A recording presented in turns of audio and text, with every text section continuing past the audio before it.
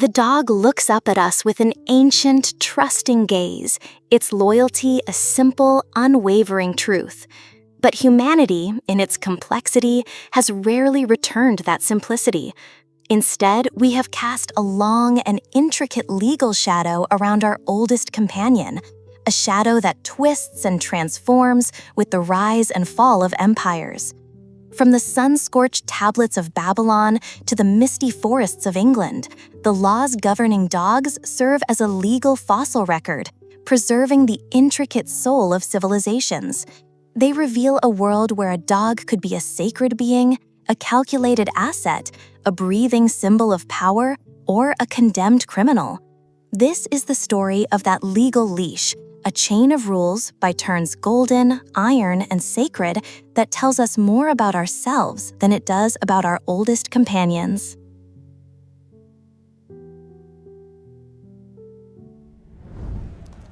Our journey begins in the burgeoning cities of Mesopotamia, where for the first time, large populations of strangers had to coexist. This new urban friction demanded new rules, and King Hammurabi's code was the ultimate expression of this need for order.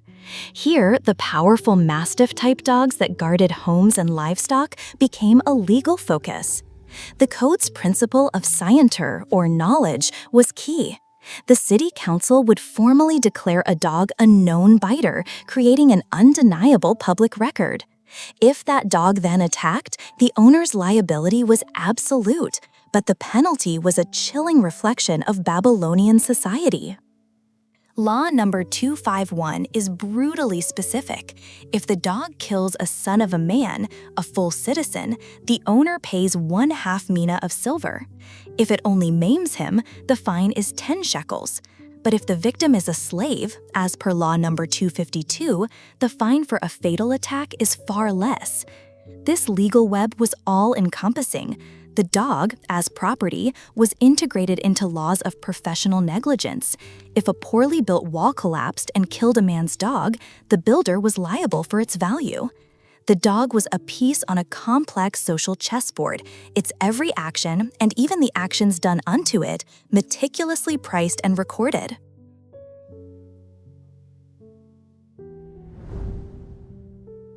North of Babylon, in the rocky highlands of Anatolia, the rival Hittite Empire forged its own legal path from its fortified citadels. Theirs was a more feudal society, and their laws were often less about state-enforced punishment and more about restitution, monetary payments designed to prevent escalating blood feuds between powerful local families. Their legal code was a masterclass in calculated compensation, and the dog had its specific place in this complex ledger. The Hittite code sets a 20-shekel fine for a fatal dog attack on a freeman, halved for a slave. But it also reveals a deep concern for protecting dogs as property. The penalty for stealing a prized hunting hound was a steep 15 shekels, the same as for a plow ox, demonstrating the dog's immense economic value. The laws even descended into mundane, everyday conflicts. If a dog wandered into a potter's workshop and broke his wares, the potter was legally entitled to kill the dog and take its skin as compensation. In a starkly different context, dogs were also used in Hittite treaty ceremonies. A dog would sometimes be cut as part of a ritualized curse, binding the treaty parties through a visceral act of symbolic violence.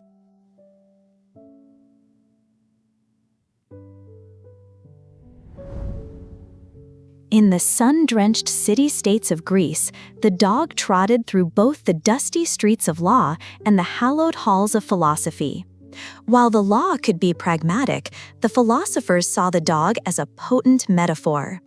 Plato, in The Republic, lionized the noble dog as the model for his guardian class, the perfect citizen soldier, loyal to its own and fierce to outsiders. Yet this idealized image clashed with a deep-seated fear of Lesa, rabies, which drove the law towards public safety. The statesman Solon statute requiring a biting dog to be hobbled with a 4.5-foot wooden clog, the kloios, was a visible solution to a terrifying problem. This legal view was challenged by the philosopher Diogenes of Sinope, whose entire counterculture movement, cynicism, literally meant dog-like, kynikos. Diogenes embraced the comparison, living in public, rejecting social conventions, and valuing loyalty to his principles above all else. He lived, in effect, as a street dog to expose the absurdities of human society. This creates a fascinating tension. The state legislated the dog as a public nuisance to be controlled, while its philosophers simultaneously elevated it as either a model citizen or a symbol of rebellion.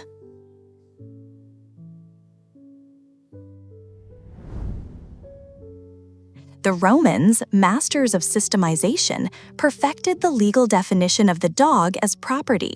The specific legal action for damage caused by an animal was known as pauperies. This law presented the owner with a stark choice, a legal doctrine called noxi deditio.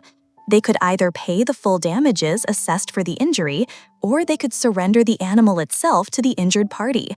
This option reveals the cold, unsentimental logic of Roman law. The dog had no rights. It was the source of the debt, and its physical body could be used to settle the account. This status is complicated by the dog's many roles in Roman life. The famous cave canem, beware of the dog, mosaics found in Pompeii were both a literal warning and a status symbol, a subtle boast that the owner possessed wealth worth protecting. The Roman military bred the formidable Canis molossus as a war dog, sometimes equipping it with spiked collars and armor, turning it into a living weapon. Yet these same dogs, or others like them, were also used as fodder in the brutal arena games, pitted against gladiators or wild beasts. A war hero, a status symbol, a disposable object for entertainment, the dog in Rome was all these things, but under the law, it was always simply res, a thing.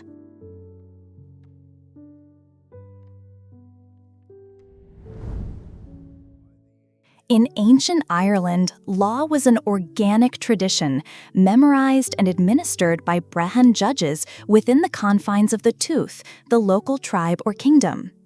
Based on restorative justice, the Brehon laws sought to heal social ruptures through the eric, or honor fine. Here, a dog was not mere property, but a member of the family's legal and social unit.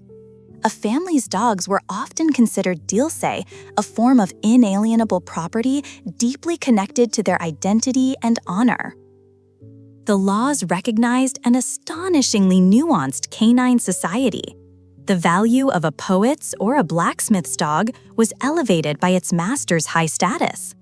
A blind man's guide dog possessed a special legal standing and a significant honor price, a remarkable early recognition of a service animal. The famous crime of the watching dog held an owner liable if their dog's silence enabled a theft, because the dog was expected to perform its duty as a member of the household. This was a legal system that saw the dog not as an object, but as a sentient participant in the community, with its own duties, honor, and place in the world.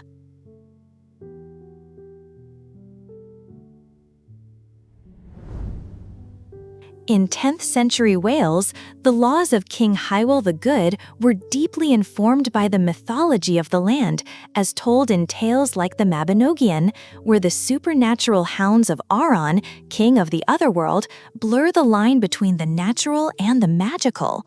This cultural reference for certain hounds is reflected in the law's obsession with a dog's value, or gwerth. This value was not merely assigned.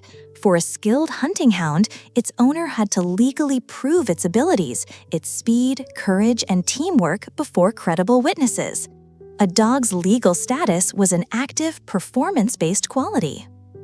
The law even shows a sophisticated understanding of evidence. For a dog accused of killing sheep, the owner was only liable if the dog was caught in the act or with wool on its teeth. Yet the pinnacle of this system remained the queen's lapdog. Its astronomical value came from its location in the court's most protected zone, the queen's chamber. It was a living embodiment of the principle that in medieval Wales, proximity to power was the ultimate measure of worth. A concept so powerful it could make the smallest dog more valuable than the strongest horse.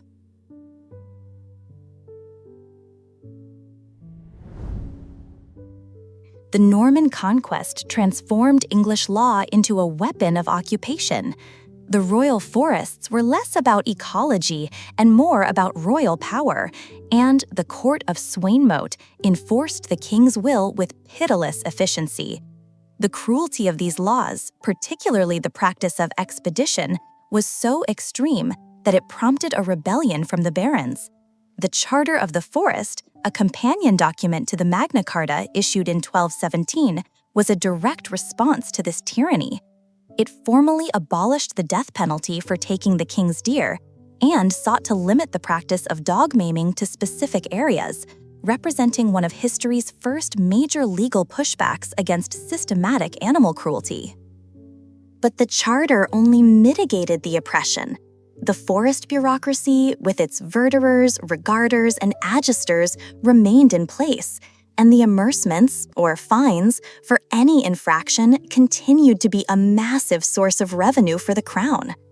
This economic reality adds a layer of cynical statecraft to the cruelty. The systematic suffering of peasant dogs was not just about protecting the king's sport. It was a profitable enterprise, a state-sanctioned shakedown that enriched the conquerors and kept the conquered in their place.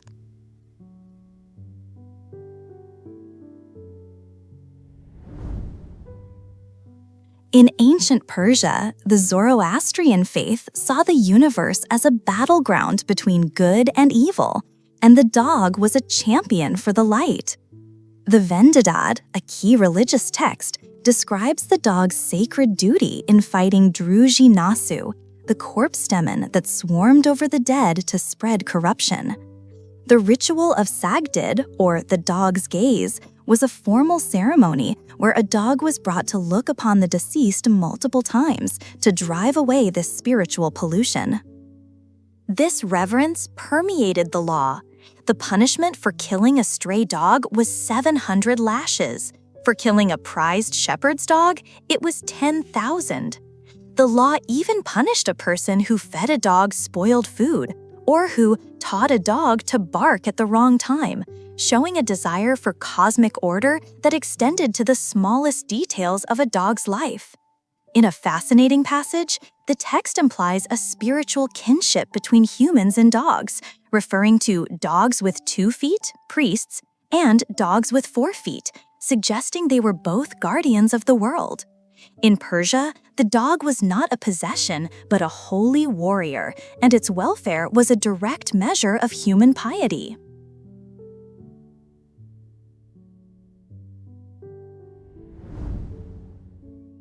In the Aztec world, the dog was woven into the very fabric of the cosmos.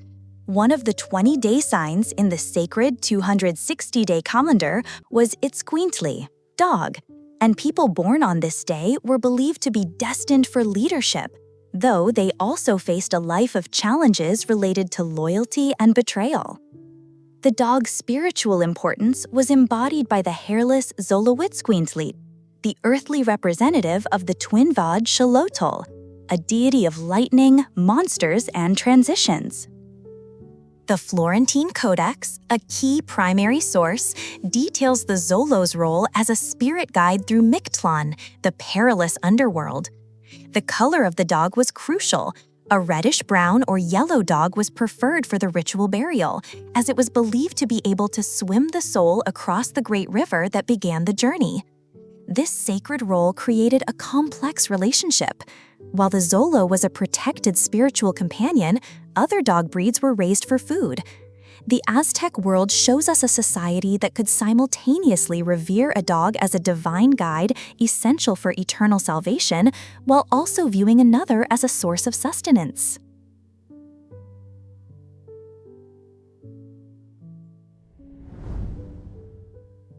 In China, the dog's status was a pragmatic reflection of the ruling dynasty's needs.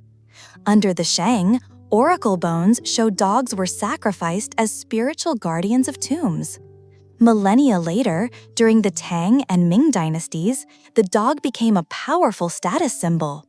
The ultimate expression of this was the Pekingese, or sleeve dog, bred by palace eunuchs to be tiny enough to be carried in the voluminous sleeves of the imperial family. These dogs were the exclusive property of the emperor. Their theft was punishable by death, making them the ultimate symbol of unattainable imperial power. Beyond the palace walls, the dog was integrated into folk belief through the zodiac. Those born in the year of the dog are considered loyal, honest, and just. Legend tells of Emperor Gaozu of Han, the founder of a great dynasty, whose life was saved by 2 of his loyal dogs. In gratitude, he supposedly granted them an official rank within the human bureaucracy and constructed a tomb in their honor, a unique moment where an emperor symbolically broke the barrier between man and beast, rewarding loyalty with a place in the human order.